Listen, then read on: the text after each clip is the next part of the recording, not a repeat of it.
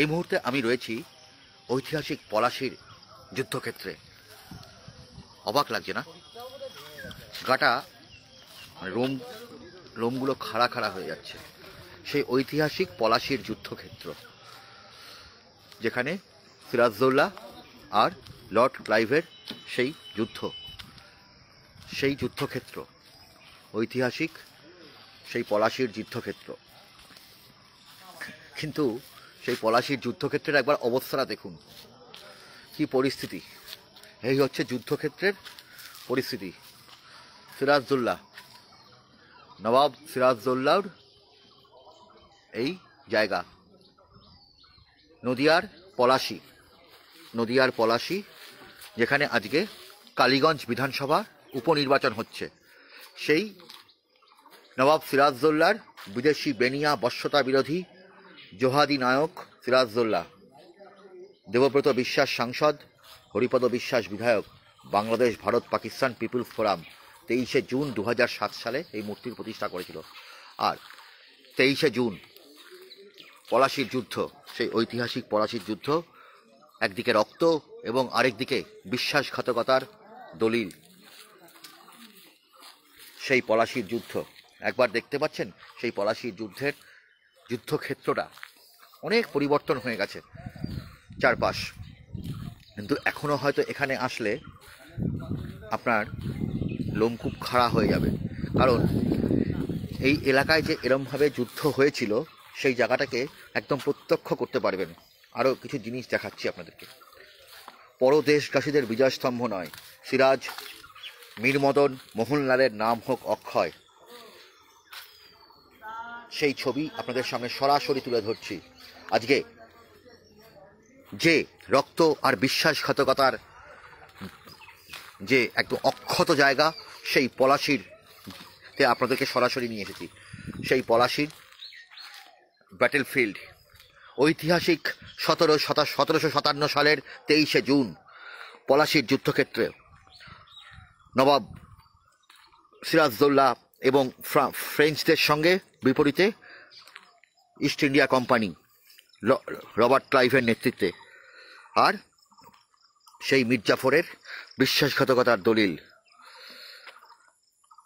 সেই জায়গাতেই আপনাদের নিয়ে যাচ্ছি। দেখুন সেই জায়গা, সেই ছবি অক্ষত হয়ে থাকুক। আর সেই পলাশীর যুদ্ধক্ষেত্র কি অবস্থা, সেরকমভাবে কিছুই হয়তো নেই যে এরকম একটা ঐতিহাসিক স্থানকে যে কত সুন্দরভাবে রাখা যায়, রক্ষিত করা যায়। অন্য দেশ হলে হয়তো পারত, অন্য জায়গা হলে হয়তো পারত, আমাদের এখানে সেইভাবে রক্ষণাবেক্ষণ করা হয়নি। তবুও আপনাদেরকে দেখানোর চেষ্টা করছি সেই ঐতিহাসিক পলাশীর যুদ্ধক্ষেত্রের জায়গাটা। দর্শক বন্ধুরা, গা ছমছম, মানে একটা অদ্ভুত রোমাঞ্চ হচ্ছে। সেই পলাশীর যুদ্ধক্ষেত্রের সেই ছবি 1757 সালের 23শে জুন এই পলাশীর এই প্রান্তরেই নবাব সিরাজদৌল্লা তিনি তার লড়াই অক্ষত রেখেছিলেন। প্রবল পরাক্রমশালী ইস্ট ইন্ডিয়া কোম্পানির সঙ্গে যুদ্ধ চালিয়েছিলেন। সেই নবাব সিরাজদৌল্লার এই পলাশীর যুদ্ধক্ষেত্র, সেই পলাশীর ব্যাটল ফিল্ড আপনাদেরকে সরাসরি তুলে ধরছি।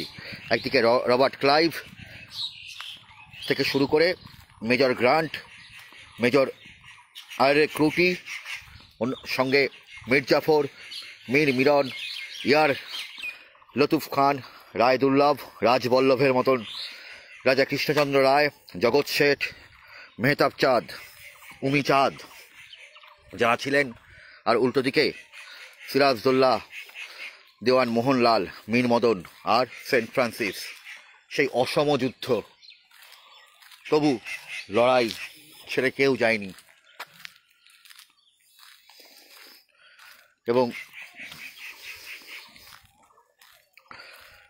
সেই ছবি আপনাদেরকে সরাসরি দেখাচ্ছি। আজকে একদিকে যখন এই সিরাজদৌল্লার এই যুদ্ধক্ষেত্র, এই পলাশীর যুদ্ধক্ষেত্র, যে রক্ত এবং বিশ্বাসঘাতকতার ইতিহাস, সে জায়গায় আজকে কালীগঞ্জ বিধানসভা কেন্দ্রের অন্তর্গত এই পলাশী। তবে সেখানে আজটা অনেকটাই নিরুত্তাপ, কোনো আঁচই পড়েনি। সেই যুদ্ধক্ষেত্র আজকে একদম চুপচাপ, অনেকটাই যেন রণক্লান্ত। তবু দর্শক বন্ধুরা, আপনাদেরকে আরও একবার দেখাচ্ছি সেই পলাশীর যুদ্ধক্ষেত্রের সেই স্মারক, সেই পলাশীর যুদ্ধক্ষেত্রের সেই জায়গাটাকে আপনাদের কাছে সরাসরি তুলে ধরছি। একবার অনুভব করবেন যে কিছু মানুষ এই আকালেও যেমন স্বপ্ন দেখে, সেই সময়ও কিছু মানুষ তারা সেই অসম লড়াই লড়েছিলেন।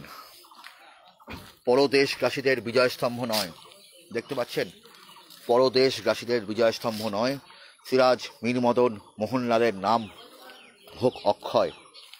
এবং ব্যাটলফিল্ড অফ পলাশী,